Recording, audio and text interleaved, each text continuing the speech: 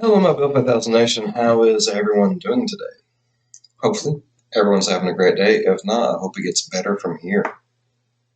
All right, we are back with a MRBALLEN video. This one is titled Police Photograph Demon in Basement. The Ammons Haunting. All right, well, let's go ahead and get into today's story. Go ahead, turn your lights down low, put on something comfy, cut up with something special. Let's get spooky. Oh. There is a house in Gary, Indiana that has been dubbed the Demon House. Now, if you were to walk past this house on the street, it wouldn't stand out to you. It's a very modest, single-story, three-bedroom home. Looks like all the other houses around it. But the history behind this house is totally bizarre. LaToya Ammons, who is a mother of three that lived inside of this house with her three kids, she began to report to the police that demons were throwing her children against the wall. Now, when police got the report that children are being thrown against the wall, their first thought is, you're an unfit parent. And so they sent child protection.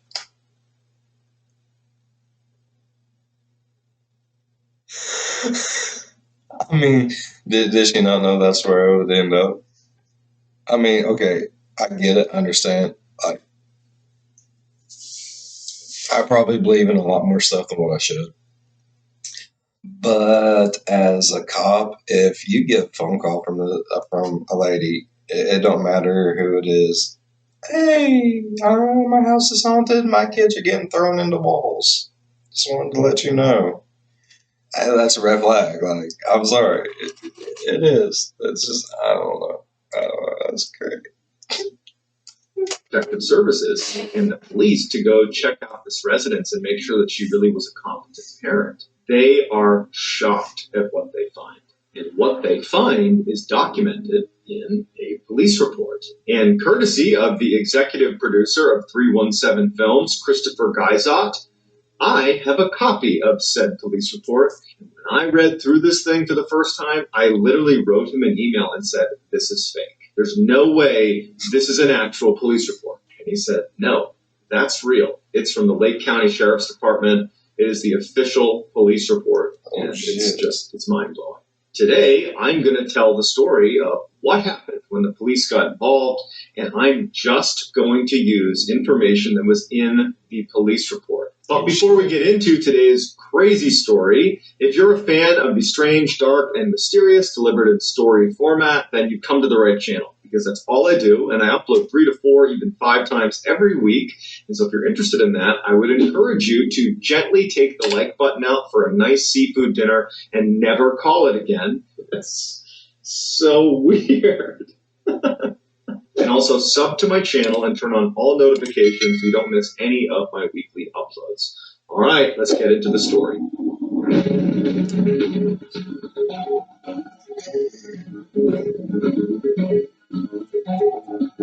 After numerous reports that LaToya Ammons was mistreating her children, based on reports that she gave, she was telling police that demons were throwing her kids around the house.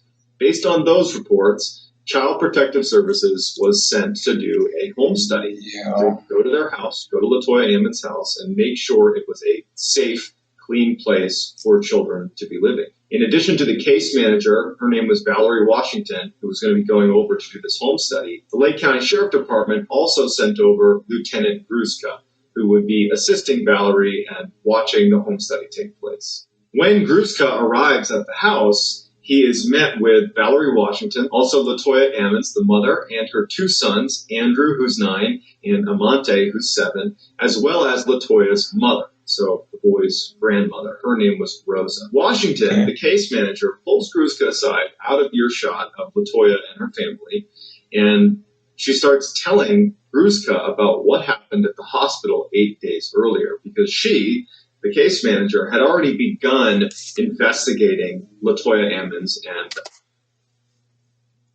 what happened at the hospital? No one said nothing about a hospital. That whole situation with her kids. 8 days earlier, Washington was at the hospital, sitting in a waiting room. Washington was with a psychologist, and they were speaking to Rosa, who was the grandmother of these children. In the room was also Andrew, the oldest son, and Amante, the youngest son. And as they're chatting, Amante, the youngest son, stands up and walks to the middle of the waiting room. And his eyes roll back into his skull, and he begins emitting this growling sound that sounded too deep for a boy of 7 years old. The grandmother reacted to it like she had seen it before. She got right up, she marched over to him, and she took him by the hands, and she yelled, "You are not you." She kept saying that, and the boy's eyes are still back in his head, and he's not responding to anything his grandmother's saying. As Rosa is repeating over and over again, "You are not you," Amante begins backpedaling towards a wall behind him. And Rosa holds his hands the whole time. She's holding his hands firmly. He gets to the wall, and instead of stopping, he puts his foot up against the wall. This is a 7-year-old boy, and begins walking up the wall by pressing against Rosa. And she's holding on tight, and he's pressing back at her and using that weight to walk backwards up the wall. The psychologist in Washington are just watching in disbelief. That was such a fucked up little picture that he put up there. Why would you do that? Rosa's holding on to him as he walks all the way up to where he's on his tippy toes on the wall. And then he flips forward in front of her and lands on his feet on the other side of Rosa. The psychologist in Washington literally... What the fuck? This is Spider-Man kid. Run out of the room. And they go get a doctor, and they explain what happened. The doctor comes in, not having any clue what to make of this, and just says to the boy, "Can you do that again?" And Amante, at this point, his eyes are back to normal, and he's sitting now next to Rosa. And he says, "What? I didn't do anything." Acted like he had not been walking up the walls. Now, it's not in the report how Lieutenant Gruska responds to Washington's story about the hospital. However, the entire police report that I'm pulling all this information from is written by Lieutenant Gruska at the end of the investigation. So this exchange between he and the case manager, Washington, about the hospital visit that he was not part of, it apparently carried weight in the entire investigation that he felt compelled to add it into the report. Even though on paper, you would think, if you're doing a home study for this house, why would you incorporate something that didn't have anything to do with the house? It gives you maybe an insight. Or it's just, little extra information. We all like extra information. Lieutenant Gruska, although his language remains super professional and very pragmatic, that perhaps Lieutenant Gruska, at the end of this investigation, was starting to think this might be paranormal. After this story, 2 more police officers show up to the house to assist with this home study. One was Brian Miller, and the other was Charles Austin. At this point, the 3 officers, Gruska, Miller, and Austin, along with the case manager, Washington, begin walking towards the family and towards the front door of the house. LaToya says that she and her kids will not go back in the house because they had moved out very recently because of the strangeness that they claim was happening inside of the house. They felt like they were under attack by demons. And so the police, they needed someone to bring them in. And so Rosa, the grandmother, LaToya's mother, she offered to go in with them. So the house is a single-story, 3-bedroom house. You walk in and you're inside of this screened-in porch. You go into the main level. There's a few bedrooms, and then there's a stairwell that leads down into the basement. And so they go in, and Lieutenant Gruska's in. That sounds like a pretty basic, like everyday run-the-mill, throw up a bunch of them kind of houses because it's cheap to do and we can get people in them. It does. Like, they're all over the place. You'll go down and you'll see like a whole block and the houses all kind of look alike, but just slightly different. And that's why. Charge of taking pictures and recording audio the whole time they're in the house. They were not aware that they had already moved out. So it's a bit of an awkward home study because they're not even living there anymore. But either way, they're going to do their job. They're walking around, taking pictures. You're not even going to know what home you're going to go study.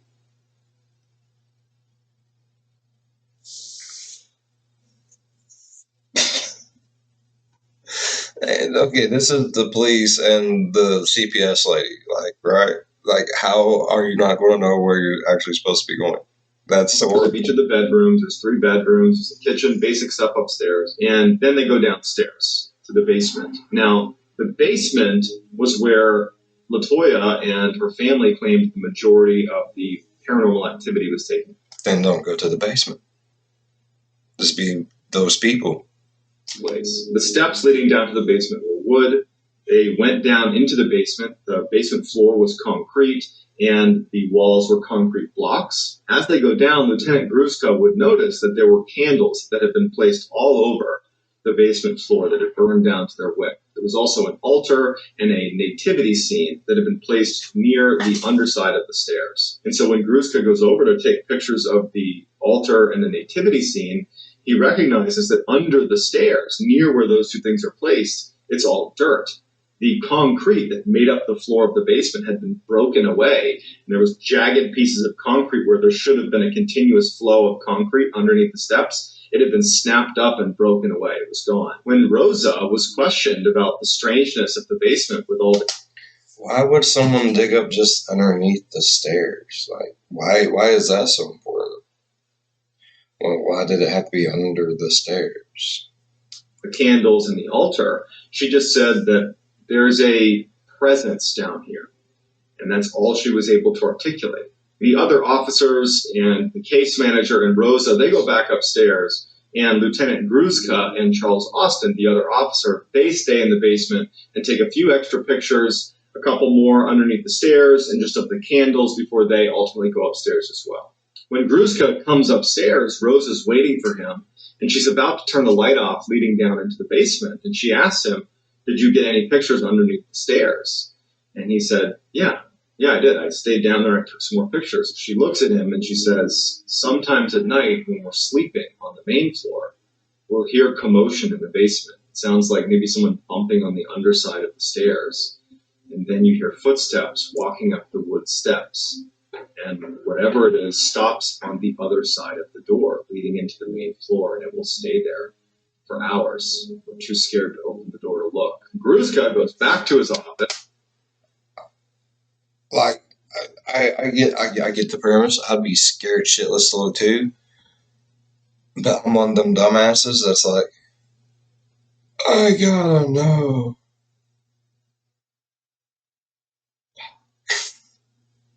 I'd open the door like, hello? You keep on knocking, but you can't come in. And he immediately uploads the pictures that he took with a focus on the ones he took in the basement. And he finds that there is a couple pictures he took under the stairs, that in the right-hand corner of the picture, just behind one of the steps, it's partially obscured, is a white mist or white cloud. And he zooms in on it, and he brings in other officers, and they look at it, and if you zoom in close enough, it looks like a man's face. As they're zoomed in on this mist underneath the stairs, they can see, only because they've zoomed in, that there appears to be a faint green mist on the left side of the picture. Appears to be a woman's face. Gruska and Austin, who were the only two in the basement at the time of these pictures taken, swear they did not see white or green mist under the stairs when they took pictures. Gruska, again, it doesn't say in the report how he's feeling, but you can imagine he's starting to feel a little bit uneasy about what he's witnessing. Gruska goes to his audio. I'd be shitting a brick. We'd be making a house right now with all the bricks I have done shit. I'm just saying. Recording. And so he fast forwards to the section where he and Austin are alone in the basement taking these additional photos. And you can clearly hear on the recording Gruska and Austin talking to each other as they're taking these pictures. At some point, as they're taking these pictures of the basement, a third voice, not Austin, not Gruska, say directly into the audio recorder, "Hey." The audio recorder was one that Gruska was used to using, and it had never malfunctioned before. And he and Austin were the only ones down there. And so they couldn't explain where the third voice was coming from, and neither could any of the other officers who listened to it. On April 30th, Gruska set up a meeting with Latoya Ammons' priest, who she was very...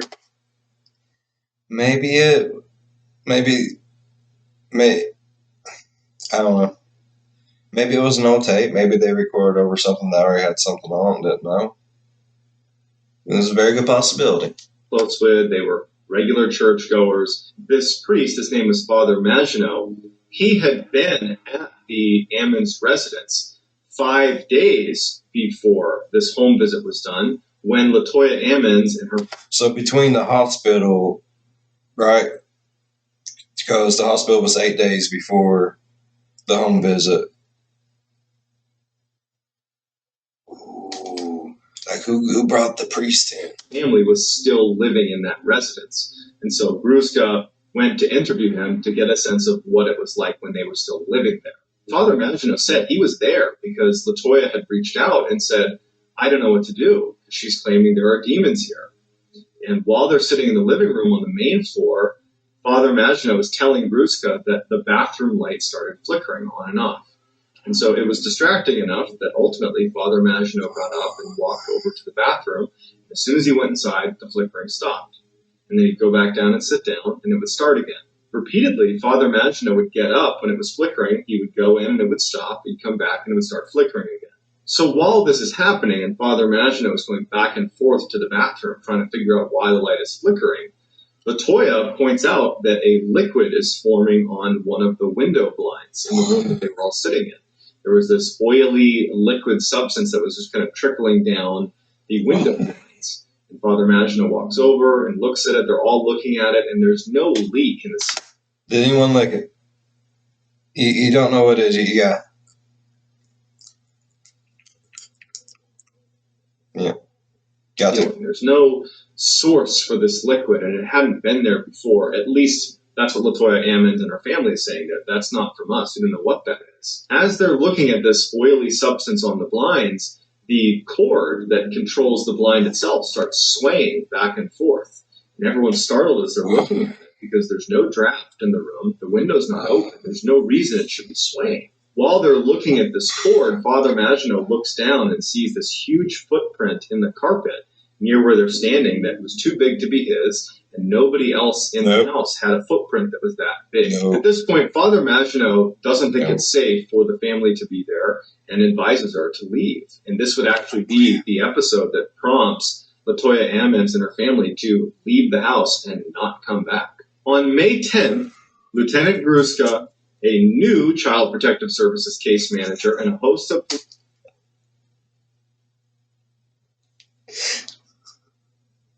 And a nude. And they said, nope, I'm done, I'm out. Dropped the mic and walked away.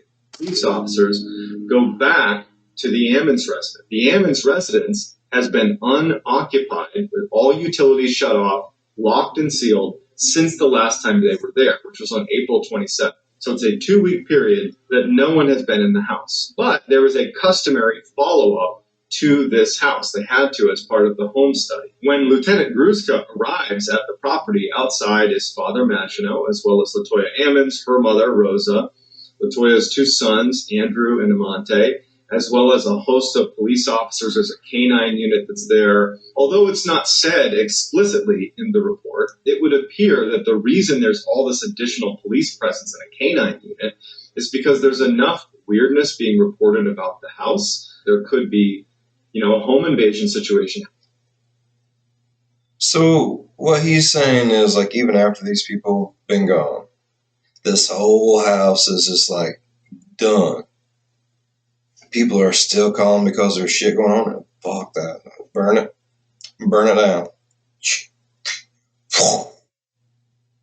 It's somebody else Cleansed by fire. is living in this house. Any number of things could be happening, but they can't write off all of the strange testimony about what's happening in the house. So before they go in for this second home study, they have one of the dogs from the canine unit go into the property and search the property for intruders, just in case this was a home invasion or something like that. They wanted to just check the box. So they send the dog in. The dog comes out, hasn't found anything unusual. And so the police, along with Father Maginot, the case manager, and Rosa, they go back into the house. The main level looked untouched. There was nothing strange happening in the main level when they walked around. Nothing was disturbed. It looked like no one had been here in 2 weeks. So they open the door to the basement, they turn on the light, and a couple weird things happen right away. One, they noticed that on the steps, on the wooden steps leading into the basement, there was an oily substance with no clear origin that goes all the way down the steps, snakes around the side, and disappears underneath the stairs. As they begin walking down the stairs, the case manager from Child Protective Services happens to touch a cabinet that had been built into the walls along the stairwell leading down into the basement. And immediately she pulls her hand back. She grabs her pinky and she reacts like something had hurt her. And they ask, hey, what's going on? And she's like, I don't know. I just touched the cabinet and my hand now hurts. My pinky hurts. It's tingling. And it apparently had turned white. We don't have any images to show that, but her pinky basically had been wounded just from touching this cabinet. And so the officers go down into the basement. They follow this oily trail that goes back under the stairs. And they're thinking to themselves, all the utilities have been turned off. There's no reason there should be any water down here. Not to mention there's no origin for this oily substance. And no one's been in the house for the past 2 weeks. So we can't even account for this by saying that one of the family members might have spilled something. And so even though it's not written into the report that they were scared or that they were considering this could be beyond rational explanations, it's clear from what happens next that everybody there was ready to explore the idea that something was happening underneath the steps. Because now the families claim there's been something crawling out of there and walking up the stairs at night. You have this strange oily substance coming from the underside of the stairs. You have the white and the green apparition inside of the pictures. Father Maginot suggested that if there was some sort of demonic possession happening in the house, that there's a good chance they would find things underneath the steps that were tied to the family. And so they decide they're going to dig up the dirt underneath the steps. And so Gruska begins digging into this. No. That's got to be a bad idea. That's got to be a bad idea. I'm just saying that has got to be a bad idea. Dirt patch under the steps. He makes it about 2 feet down. And he finds a press-on pink fingernail. He also finds women's underwear. And as he keeps digging, he finds a political pin, like for your t-shirt. He also finds the lid to one of the cooking pots from upstairs. He continues to dig and he finds some trash and miscellaneous papers. And it dawns on the group that someone or something is leaving the basement, going into the main section of the house, taking things from the family, going back downstairs, going underneath the steps, and burying them. And probably has been for some time. Nope. And so at some point, they stopped being able to dig any farther. The soil was too hard, so they put the soil back and decide to leave the house. As they're leaving the house, Rosa is the last one to leave, and she actually says, hey, come over here. And she's standing in that screened-in porch, and she's looking up at the window blinds. On the window blinds in the house is that same, or it appeared to be the same, oily substance trickling down the blinds that matched the description of what Father Maginot had said he had seen when he was visiting the family before and saw liquid coming down the blinds. And so the officers reacted to this by saying, Rosa, did you do this? Are you responsible for putting this liquid on the blinds? And she said, no. There was no clear source for this liquid. There was no leak. Nothing. And so Lieutenant Ruska wipes the liquid off of the blinds and tells everyone to leave the house. For 25 minutes, they waited. And then they went back inside to see if there was going to be liquid there. There was. And Father Maginot would say that after that first time he was there and he saw the liquid dripping down, he did some research. And it's very common over the history of time that if there's any sort of demonic possession in a house, that liquids will ooze from different areas in the house. And it's this oily substance that matches the description of what they just saw. At this point, Lieutenant Gruska and the police tell everyone to take the premise. They lock it up and they leave. That is the end of the police report. Although not included in this police report, where I pulled all of the story from, Charles Austin, who was the other officer who was in the basement with Lieutenant Gruska when they were taking pictures underneath the steps and they heard that voice on the recorder. Well, Charles Austin actually worked for another police department, the Hammond Police Department, and he took some pictures of the outside of this house during the time that no one was staying at the house. And one of the official police pictures shows a shadowy figure standing in the screened-in porch of this house right near where that liquid was dripping down the floor. Back just a little bit. I'm going to say that again. One of the official police pictures shows a shadowy figure standing. I